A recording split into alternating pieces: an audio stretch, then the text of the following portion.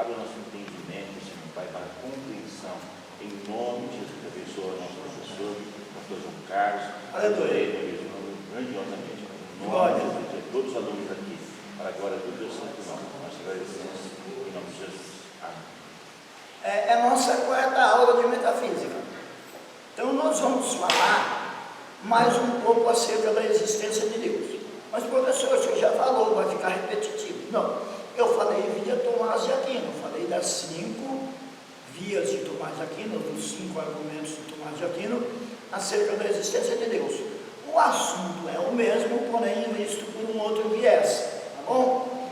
Como está na apostila, faz parte do conteúdo e é interessante, na seleção que eu estou fazendo de conteúdo, já que não dá para aplicar o conteúdo todo, eu optei por essa parte porque ela é bastante interessante. Aí está assim na apostila, é um resumo do que está na apostila, tá bom? Assim, questões metafísicas relacionadas à fé cristã. Então, olha, metafísica e fé cristã. Nos últimos tempos, argumentos contra a possibilidade da existência de Deus. Gente, a existência de Deus, ela é metafísica, ela vai além da física. Então é um assunto metafísico, faz parte e muito da nossa matéria, tá? Nos últimos tempos, os argumentos contra a possibilidade da existência de Deus têm assumido um espírito militante que acusa qualquer pessoa que se atreva a acreditar em Deus como sendo delirante e irracional. Ultimamente tem sido uma loucura para alguns acreditar na existência de Deus. Os que não acreditam consideram os que acreditam loucos, irracionais. Vozes como de Karl Marx, o pai da esquerda, o pai do comunismo, Karl Marx, Sigmund Freud,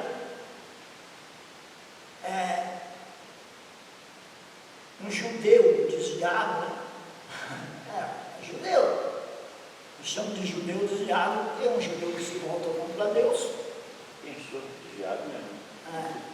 E aquele que muitos consideram, inclusive o pastor Vicente considera, o pior dos ateus, que é Nietzsche. Então as vozes desses 3 homens, juntamente com outros, são agora simplesmente repetidas por uma nova geração de ateus. Os novos ateus seguem os passos desses 3 principais ateus. Uma nova geração de ateus que afirma que a crença em Deus é intelectualmente injustificável, ou seja, não dá para justificar pelo intelecto, não dá para crer pela razão. Agora eu já quero deixar claro algo que eu sempre falo quando eu discuto esse assunto. Já devo até ter falado com vocês aqui. Pode ser que eu esteja sendo repetitivo. Mas vou arriscar. Diz o ateu, então, que é uma loucura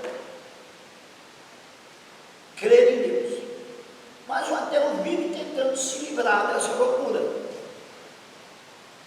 Vive tentando se livrar dessa loucura. Quer ver? Ele vai me ajudar. Como é que é mesmo? Seu nome? Desculpa. Renato. Renato vai me ajudar. Olha para isso. Renato, você acredita em fantasma? Eu não estou falando em demônio, estou falando em fantasma. As lendas brasileiras sobre fantasma, aquela coisa. Você acredita nisso? Não. Vocês acreditam nisso? Pois bem, Renato e classe. Vocês já escreveram algum livro para provar que fantasma não existe? Alguém aqui já escreveu ou pensa em escrever? Não, né? Vocês frequentam reuniões semestrais e às vezes até trimestrais para tentar provar que fantasma não existe? Não, né? Ninguém aqui não tem uma associação aqui para provar uma associação que fantasma não existe, não, né? Pois é, sabe por quê? Porque vocês realmente não acreditam em fantasma. O ateu, ele é tão perturbado pela presença de Deus na vida dele que ele vive tentando se livrar. Bom, Bom, se crê em Deus é ser louco, o ateu vive se tratando dessa loucura. Tem aqui no Brasil a ateia, né? A ateia. Ele vive se tratando dessa loucura, porque escrevem livros, se reúnem para discutir o assunto. E aquilo que eu já disse para vocês, da outra vez que nós tratamos esse assunto, o ônus da prova pertence a quem acusa. Quem diz que Deus não existe é que tem que provar que ele não existe. No filme Em Defesa de Cristo, aquele jornalista, ele faz isso, né? Ele se identifica como um ateu e ele busca provar que Deus não existe. E busca todos. O senhor já conhecia aquele filme antes? Não. Vocês assistiram, minha gente, Em Defesa de Deus? O filme que eu coloquei o link lá? O irmão não viu? Dá uma olhadinha no grupo, que o link está lá, tá? Se não tiver, o irmão me dá um toque, eu ponho de novo. O irmão Sérgio aproveitou, gostou do filme? Sim, e é exatamente isso que o senhor falou, né? O ateu, ele tem essa necessidade, ele viu a necessidade, né, diante da situação de provar. Pastor Joel, o senhor chegou a ver o filme? Eu acho que eu assisti sim. Defesa de Deus. Vale muito a pena, eu gostei muito. Principalmente quando ele tenta provar, ele tenta usar argumentos contra a ressurreição. Se Deus não está morto, é o mesmo caminho, né? Deus não está morto.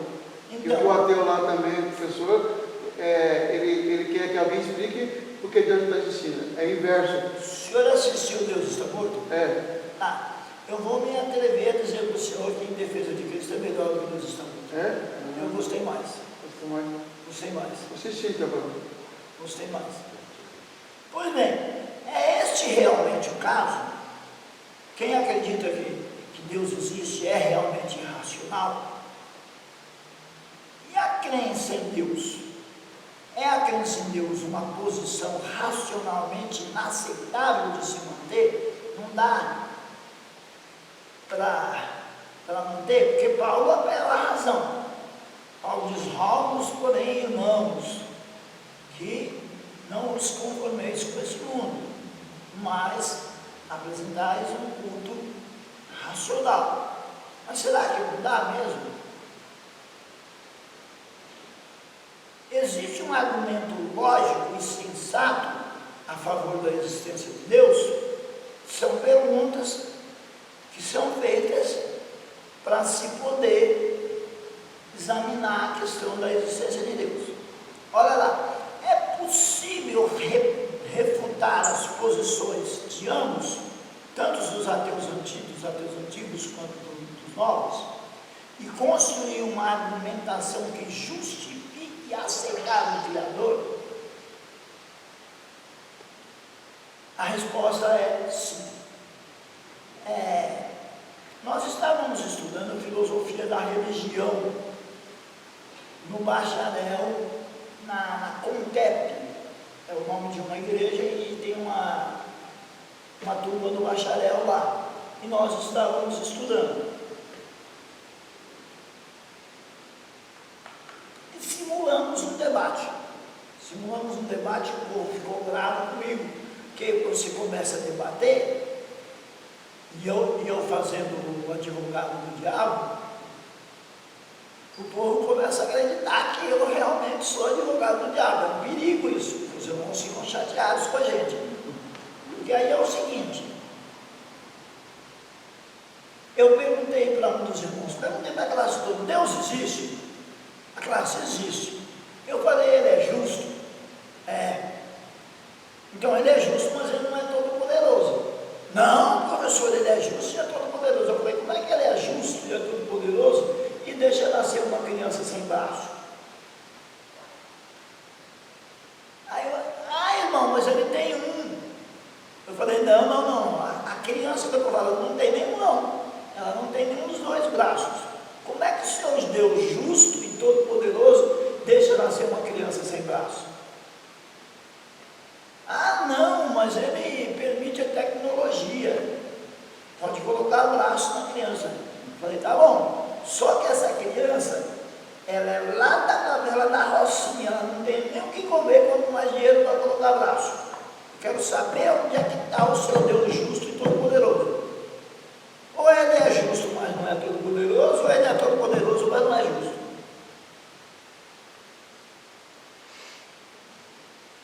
E aí? Porque esse é um argumento do ateu, que é a presença do mal no mundo. A criança não fez nada, a criança já nasceu sem os dois braços, não pode nem se coçar. E aí me permita o humor negro. O nome disso é humor negro.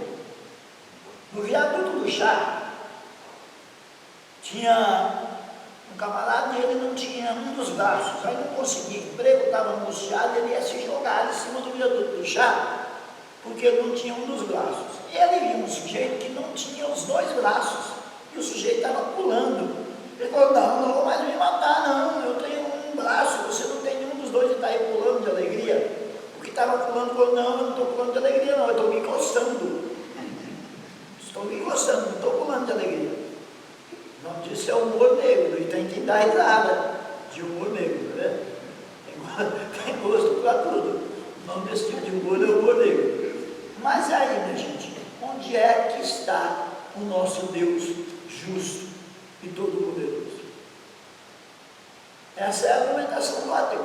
E aí, é possível refutar as posições de ambos os ateus, tanto dos antigos quanto dos novos, construir uma argumentação que justifique acreditar em um Criador? A resposta é sim. Com todas as anomalias que possa existir nessa criação, existe um Criador. Graças a Deus, nesse momento nós não estamos discutindo a questão do mal, tá bom? Se a gente tivesse discutindo a questão do mal, seria ainda mais complicado. Mas no momento nós estamos discutindo só a questão da existência de um Deus. E, consequentemente, se esse Deus é criador. Porque se ele existe e ele não é criador, também tem alguma coisa errada.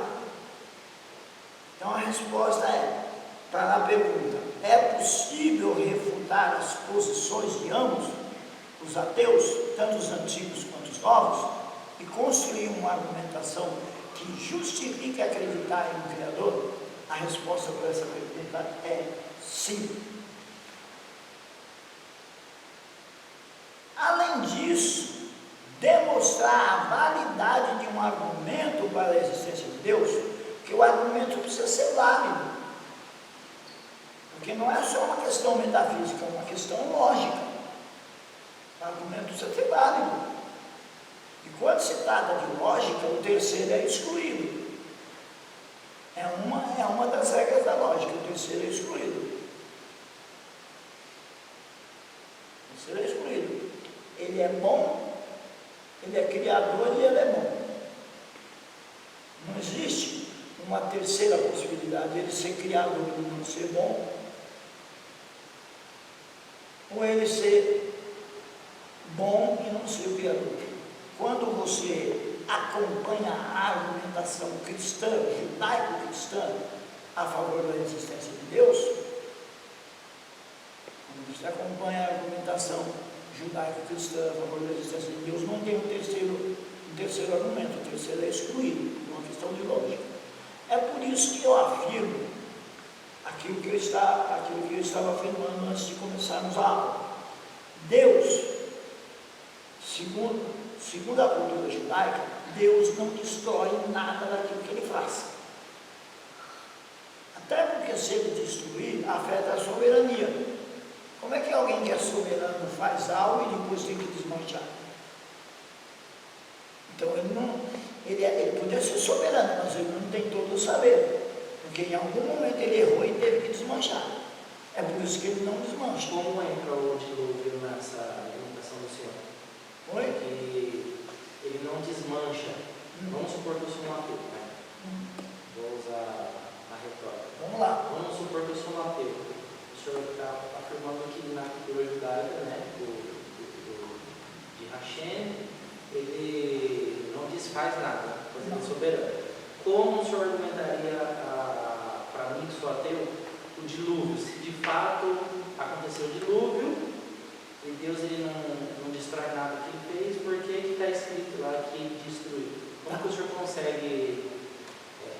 eu sendo um ateu, como o senhor conseguiria... Só vou te pedir uma coisa, não faça outra pergunta antes de eu responder uma, tá bom?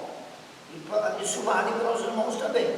Façam uma pergunta, aguardem a resposta para depois fazer outra, senão eu não consigo interagir com vocês, porque acumula 2, 3 perguntas. Então a sua pergunta é, se Deus, resuma a pergunta, por favor, resuma. Deus não destrói a sua criação. Isso. É fato. Como o senhor responderia para um ateu se ele lhe questionasse? Se você defende que Deus não destrói a criação, pois ele é soberano, se de fato houve um dilúvio, então... Como... Olha como é que é complicado um debate filosófico. Você já acrescentou a questão, se de fato você mesmo colocou. Vamos supor que eu você sou ateu. Sabe por que eu estou fazendo isso, Renato? Porque eu preciso ensinar vocês a se conduzir dentro de um debate filosófico. Você colocou um si, então você já abriu uma outra possibilidade. Trabalhe ou com o si ou sem o si. Vamos lá. Sou um ateu. Tá, você é ateu, diz a neta. Diz a neta. Já leva para falar. Eu sou um ateu. Tá. Eu estou ouvindo o senhor falando que Deus ele não destrói nada. Isso. Pois ele é soberano. Pois está escrito que Deus ele destruiu a humanidade através do dilúvio. Como o senhor consegue, eu sendo ateu, como o senhor consegue explicar isso? Tá. Falou aí? Falou aí? Primeira coisa, gente, ouve como é que uma questão filosófica é profunda. Primeira coisa, Deus não destruiu no dilúvio. Destruir é acabar com tudo. Tanto não destruiu que houve uma continuidade. Então já começa aí. Tá? O argumento de que ele não destrói continua válido porque realmente ele não destruiu. Tá? Ele criou um interlúdio, ele parou por um momento. Tanto ele não destruiu que ele deixou dar sequência. Segundo, ele não fez aquilo por falha dele. Deus não falha. Deus fez aquilo para corrigir uma falha humana, que é a questão do arrependimento de Deus. O texto diz que Deus se arrependeu de ter criado o homem. Quando o texto diz que Deus se arrependeu de ter criado o homem, trata-se de uma antropopatia. O que é isso? Antropopatia. Antropo, homem, patia, sentimento. Atribuir sentimentos humanos a Deus. Dizer que Deus se arrependeu. Na verdade, Deus se arrependeu por causa da mudança do homem e não da mudança dele. Porque Deus é imutável. Quem mudou foi o homem. Deus criou o homem bom, o homem tornou-se mal. Porque o homem tornou-se mal, o texto usa uma antropopatia e diz que Deus se arrependeu de ter criado o homem. Mas quem falhou? Quem falhou foi o homem, não foi Deus. Então Deus realmente não destrói aquilo que ele faz. Tanto é que nós vamos discutir, se der tempo, é claro, sobre a eternidade. Então vai que não dá tempo, vamos lá para a eternidade. Olhem para cá, o notebook. Vocês estão vendo isso aqui, ó? Uma linha, não é isso? Isso aqui é a eternidade, tá bom?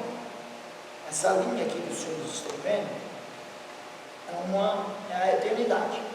Então, o homem, ele é eterno daqui para cá. Por que ele é eterno daqui para cá? Porque ele foi criado aqui e ele não será destruído. Agora Deus não. Deus é eterno daqui até aqui, porque Deus nunca foi criado. Não houve um ponto em que Deus foi criado, como é o caso do homem.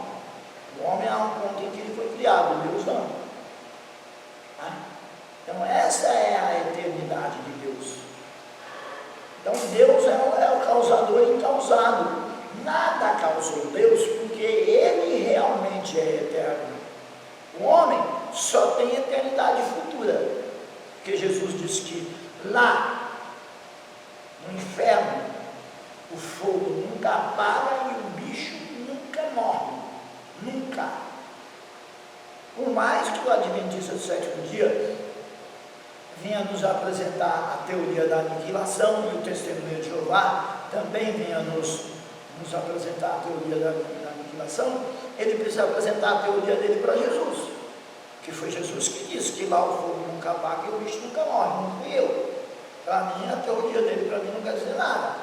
Ele precisa debater com Jesus a teoria dele, porque não fui eu que disse nada, foi Jesus que disse que lá o fogo nunca apaga e o bicho nunca morre. Então, o homem, uma vez criado, jamais será destruído, porque Deus não destrói aquilo que ele faz.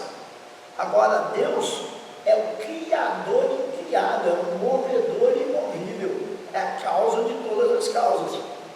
Eu não sei se eu respondi ou se eu compliquei mais. Se eu fosse um ateu, eu não converteria. Então tá bom, então eu estou bom de evangelizar, vou tentar.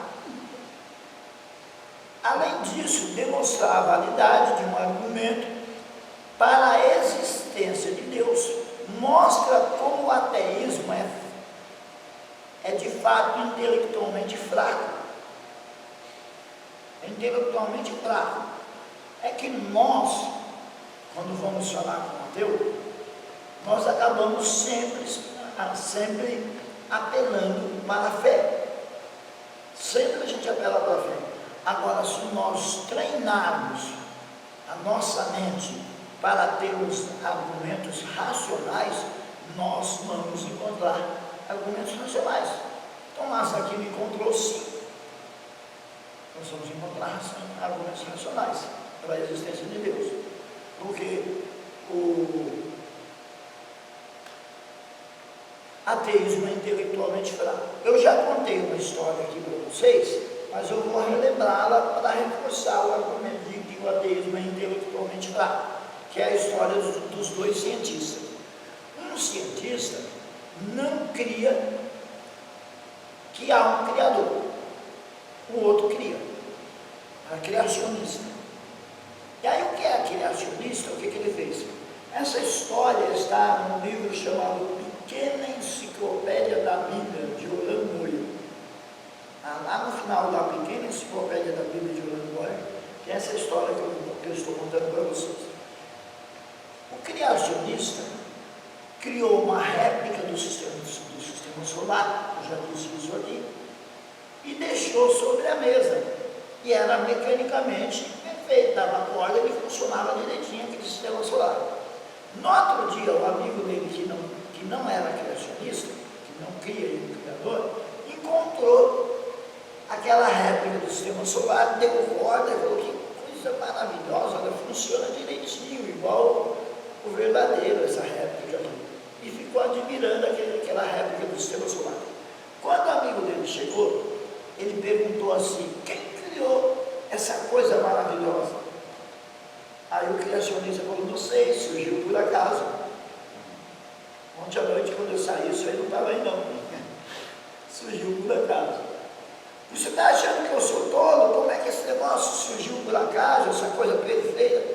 Pois é, a réplica não pode ter surgido por acaso, mas você acredita que o original surgiu por acaso.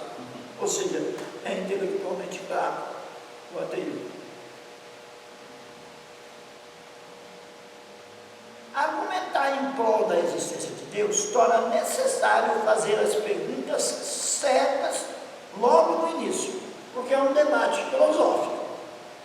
Se é um debate filosófico, ele é guiado por perguntas, e aí tem que se fazer as perguntas certas desde o início. Então começamos com a pergunta metafísica mais básica. Essa é básica. Por que temos algo ao invés do nada? Por que existem as coisas ao invés de não existir nada? É a pergunta básica da metafísica. Esta é a questão básica da existência. Por que estamos aqui? Por que estamos aqui? Por que a Terra está aqui? Por que há um universo ao invés do nada? Podia não existir nada, mas por que existe alguma coisa? É o básico da metafísica. Ao comentar sobre este ponto, sobre essa questão básica, um teólogo disse: Em certo sentido, o homem não faz as perguntas sobre Deus, sua própria existência é que as provoca. Eu não preciso nem perguntar nada sobre Deus, o fato de eu existir já provoca as perguntas. Já provoca as perguntas. Professor, quem falou que negar a existência de Deus seria negar sua própria existência? Então, deixa eu dizer uma coisa para o irmão. Eu tenho uma certa dificuldade de guardar quem disse as frases. É igual eu vou perguntar para mim, aonde está tal versículo? Eu geralmente eu não lembro. Eu lembro a doutrina, lembro que o versículo existe, mas lembrar aonde está. Porque cada um tem um jeito de armazenar informações. Eu armazeno informações de outra forma. Eu armazeno por, vamos dizer assim, por verbete. Aí eu armazeno, mas me lembrar quem disse tal frase, eu tenho uma certa dificuldade. A não ser aquelas muito, né? Como frases de Rousseau, aquela, como é que é, de Rousseau, lá que o povo gosta. Eu não concordo com o que você está dizendo, mas defenderei até a morte o seu direito de dizer. Essas assim mais...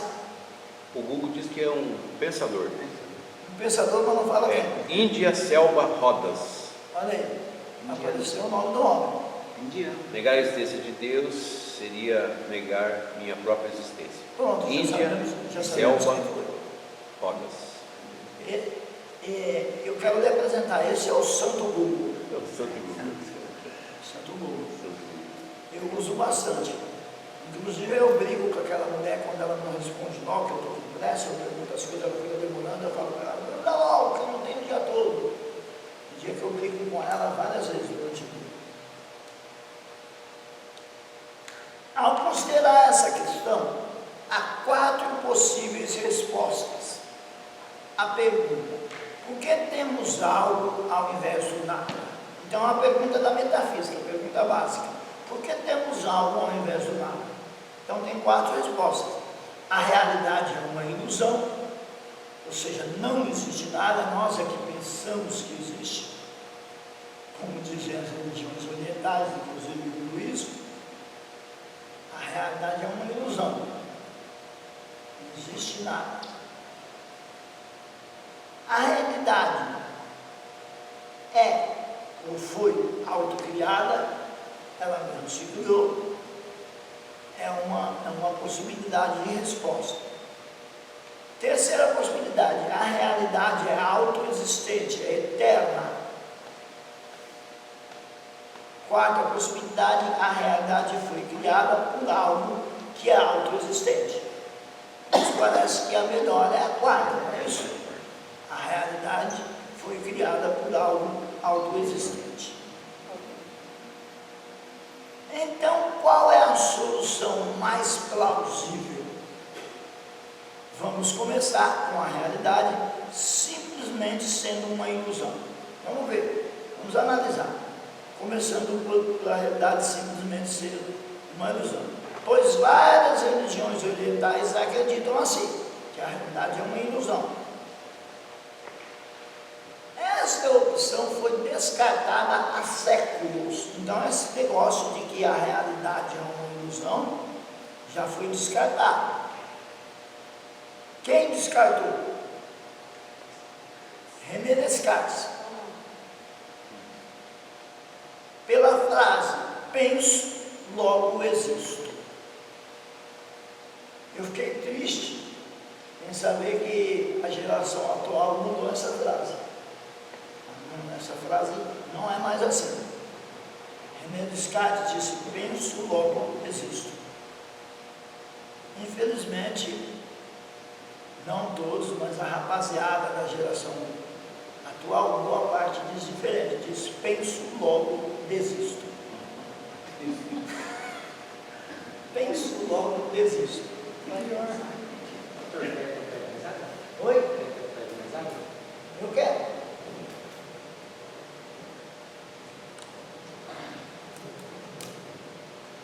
Mas brincadeiras à parte, essa opção foi descartada há séculos pelo filósofo René Descartes, famoso pela frase: penso, logo existo.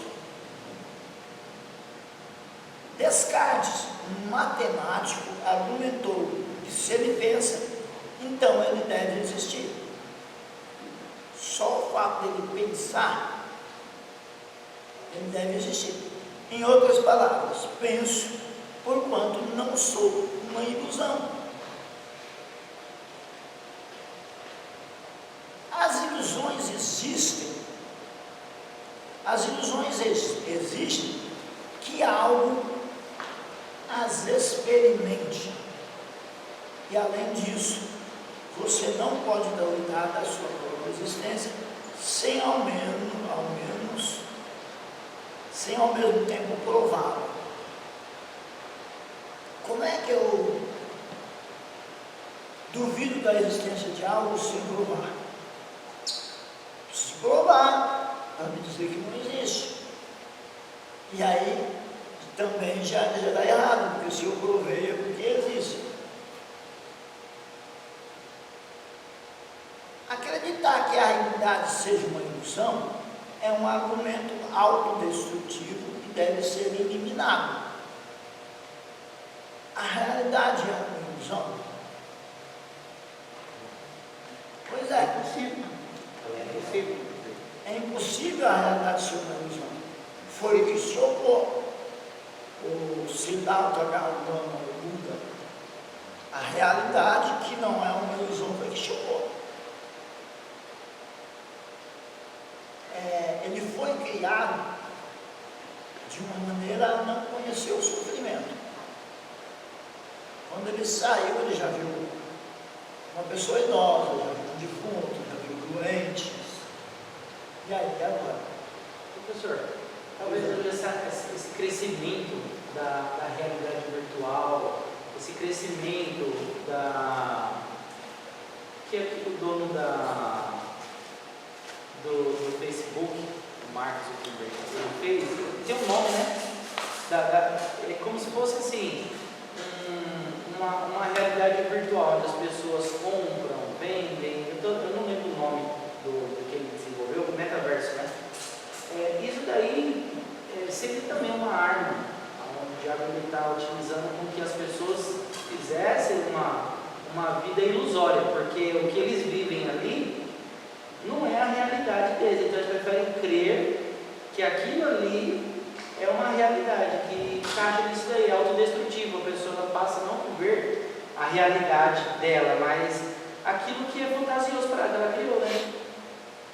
Mas e quando acontecer com ela igual aconteceu com o Buda?